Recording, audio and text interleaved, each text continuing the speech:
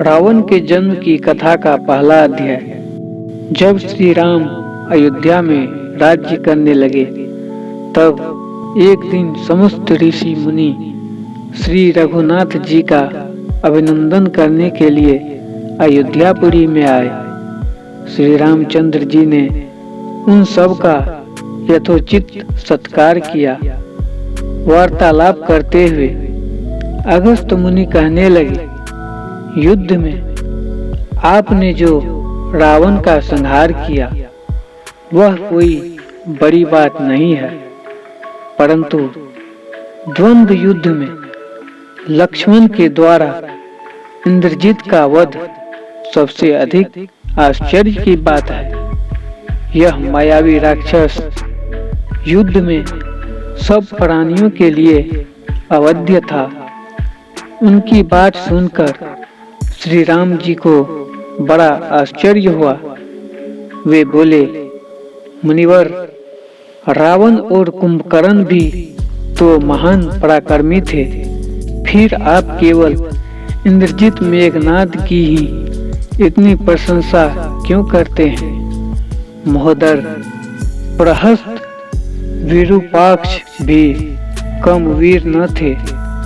इस पर अगस्त्य मुनि बोले, इस प्रश्न का उत्तर देने से पहले मैं तुम्हें रावण के जन्म, वर प्राप्ति आदि का विवरण सुनाता हूँ। ब्रह्मा जी के पुलस्त्य नामक पुत्र हुए थे, जो उन्हीं के समान तेजस्वी और गुणवान थे। एक बार वे महागिरी पर तपस्या करने गए।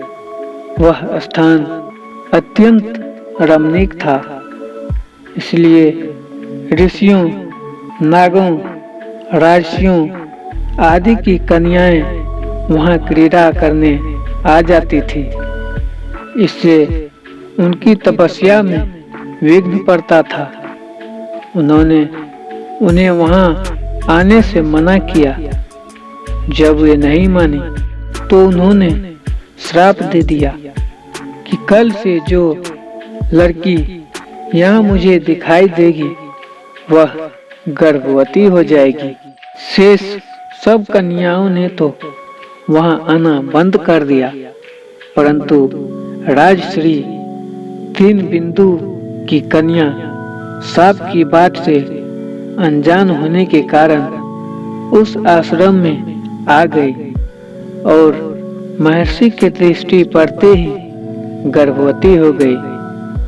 जब दीनबिंदु को यह बात मालूम हुई तो उन्होंने अपनी कन्या को पत्नी के रूप में महर्षि को अर्पित कर दिया।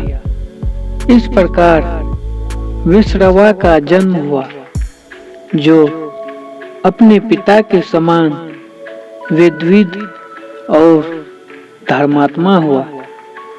महामुनि भरद्वाज ने अपनी कन्या का विवाह विश्रवा से कर दिया।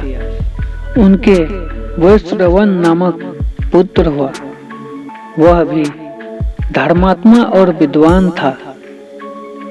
उसने भारी तपस्या करके ब्रह्मा जी को प्रसन्न किया और यम, इंद्र तथा वरुण के सदृश लोकपाल का पद पाया।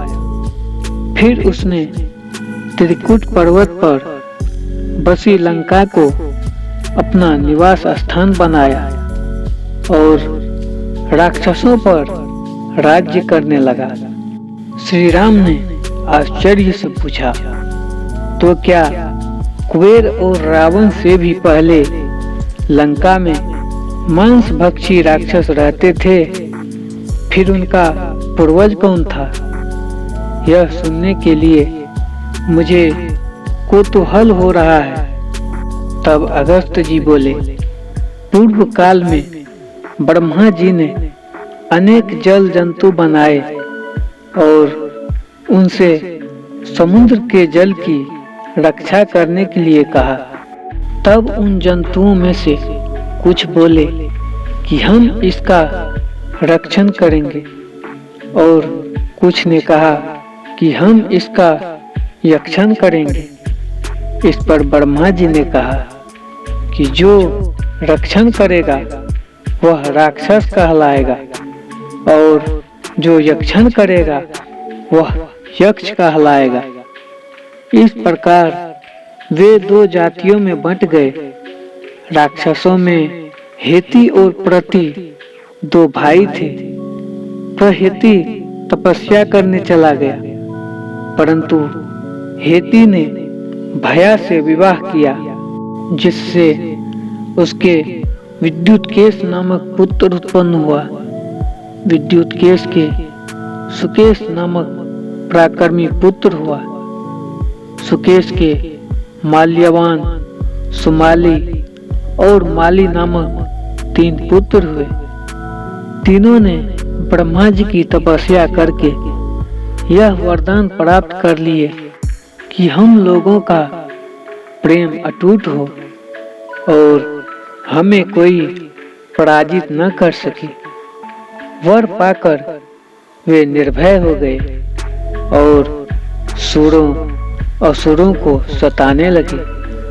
उन्होंने विश्वकर्मा से एक अत्यंत सुंदर नगर बनाने के लिए कहा।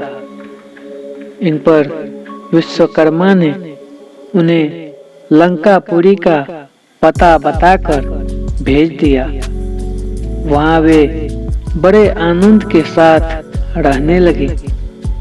माल्यवान के वज्रमुष्टि, विरूपाक्ष, दुर्मुख, सुप्तघन, यज्ञकूप, मत और उन्मत्त नामक 7 पुत्र हुए। सुमाली के प्रहस्त्र, अकंपन, विकट, कालिका मुख, धूम्राक्ष, दंड, सुपार्श्व, संहादी, प्रधस एवं भारकर नाम के 10 पुत्र हुए। माली के अनल, अनिल, हर और संपाति नामक 4 पुत्र हुए। ये सब बलवान और दुष्ट प्रकृति के होने के कारण ऋषि मुनियों को कष्ट दिया करते थे। उनके कष्टों से दुखी होकर ऋषि मुनिगण जब भगवान विष्णु की शरण में गए तो उन्होंने आश्वासन दिया कि हे ऋषियों, मैं इन दुष्टों का अवश्य ही नाश करूंगा। जब राक्षसों को विष्णु के इस आश्वासन की सूचना मिली तो वे सब मंत्रणा करके संगठित हो माली के सेनापतित्व में इंद्रलोक पर आक्रमण करने के लिए चल पड़े।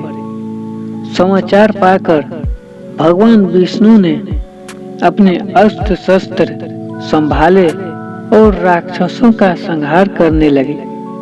सेनापति माली सहित बहुत से राक्षस मारे गए और शेष लंका की ओर भाग गए।